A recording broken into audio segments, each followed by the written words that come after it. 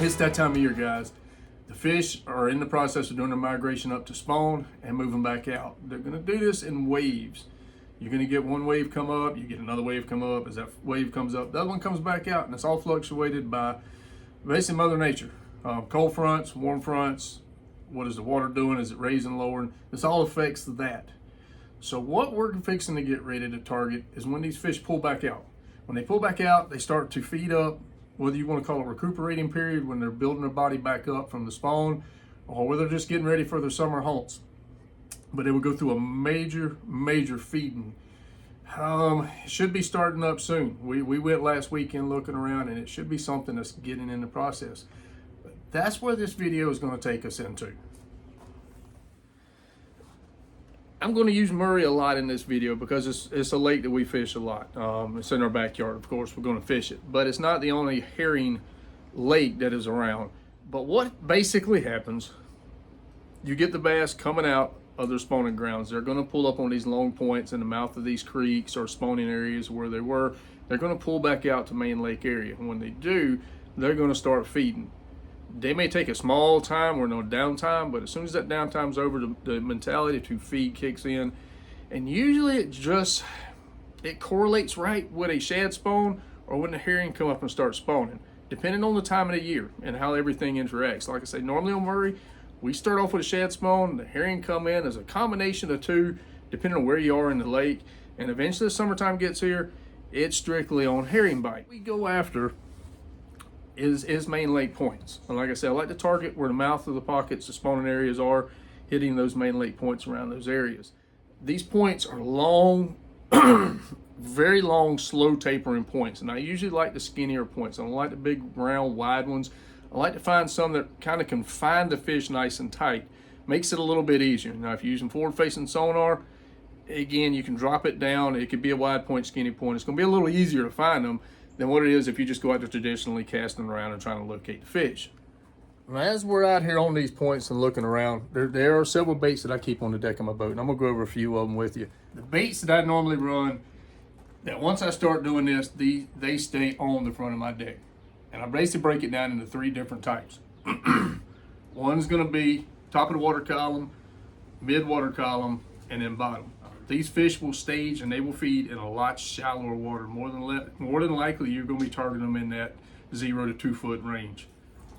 Number one and foremost that I've got right here in my hand is going to be the famous fluke. The fluke is one that I keep tied on, especially if the water is a little bit on the clear side. They hammer this thing, and I got a video I'll link on how we tie it and how we fish it. I'll have linked down in the description. But that is one bait that when they're doing this, they cannot resist that fluke. Another rod. We got a little bit of stained water, so what I'm going to wind up keeping on the boat this year, at least for the start up till the water clears out, is going to be the old trusty blade. The benefit of the blade, I can work it in the top part of the water column. I can work it down deeper in the water column depending on how slow I want to fish it. And that just depends on the aggressiveness of the fish. But those are two baits that this year, like I said, the spinner bait's going to be one that's going to stay on there because of the little bit stained water. I imagine it's going to clear out here in a couple weeks. It's probably going to come off. But when the water does clear up and I need that mid water column bait, and y'all know what I'm about to show you. The Alabama rig. The Alabama rig has to be tied on this early bite. It will flat out slaughter. And I've always talked about it before, the drawing power that it has. And the way we set ours up, I can fish it in 6 inches of water. I can fish it all the way down at 8 feet, 9 feet of water. Other than that, my next one will be a bottom bait. And I want something that I can work fairly quick. Now this really is determined by your confidence bait. And I like, and I'll show you, I'll go ahead and show you. A standard Carolina rig. And I run a pretty, I say pretty long leader. This isn't long compared to most, but I usually run about a 2 foot to say a 24 inch to a 30 inch leader. And normally I'm throwing just a little zoom trick worm. Color of it just depends on what body of water you are, what you're comfortable with, what you got confidence in. For me, that's watermelon, that's a black, that's a muscadine color. Those are normally my three go-to colors on the Carolina rig. Now back to what I was saying about confidence. Any bottom contacting bait that you feel comfortable with. It could be from a bitsy jig to a big mop jig. It can go from a drop shot to a shaky head. A lot of times, if they won't touch this Carolina rig, we'll pick up a shaky head so we can fish it fairly fast. Put it on the corner out's head, and I can bounce that thing off the bottom and cover a lot of water.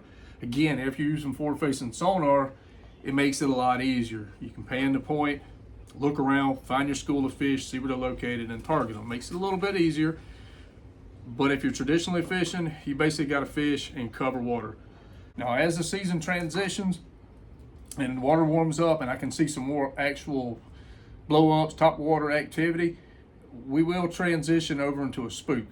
The Carolina rig, the bottom bait, I kind of put it down and I pick up a spook so I can cover a lot more water and go that way. And I'll explain why in just a second.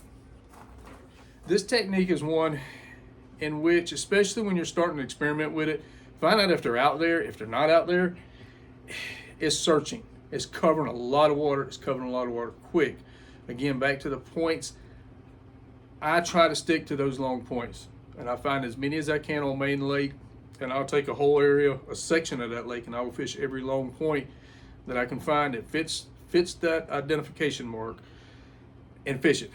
Pull up to it, give it a couple minutes to fish. You don't have to sit there and soak it all day long. If these fish are there, they're aggressive and they're hungry and they're feeding, it won't take more than 1 or 2 casts and you're going to find them. It may take a few more minutes to weed through them and try to figure out where maybe some bigger size fish are, if it has any big fish on it at all. That will take longer than actually pulling up on the point and finding out whether they're there or whether they're not there. But you want to cover water and cover it quick. So remember that with your bait selection. You want something you can fish relatively fast, because we're looking for aggressive fish. Whether it be a bottom bait, top water bait, etc., I'm looking to cover water. But guys, this is something that's just in the beginning stages of the season. It is relatively early, but it's something I wanted to bring out to y'all. We went last weekend. Weekend before last, we couldn't get a bait in the water quick enough. This weekend, it was hard to get a bite. I don't know where they got to, but it's something that's about to get started, and it does get a lot of pressure. So if you can be the first ones out there on these points, having them and trying to catch them, the better luck you're going to have at getting those bigger fish. But guys, I hope this video helps you out. Hope it gives you something else to go after, a way to target fish, whether you're traditional fishing or forward-facing sonar fishing. This technique of fishing is fun. Take a kid, take a mom, take a dad, take a daughter, take somebody that doesn't get to fish a lot. When this time of year happens, it's a way to go out, catch a lot of fish, and enjoy your time on the water. And until next time, guys, God bless, and we'll catch y'all on the next one.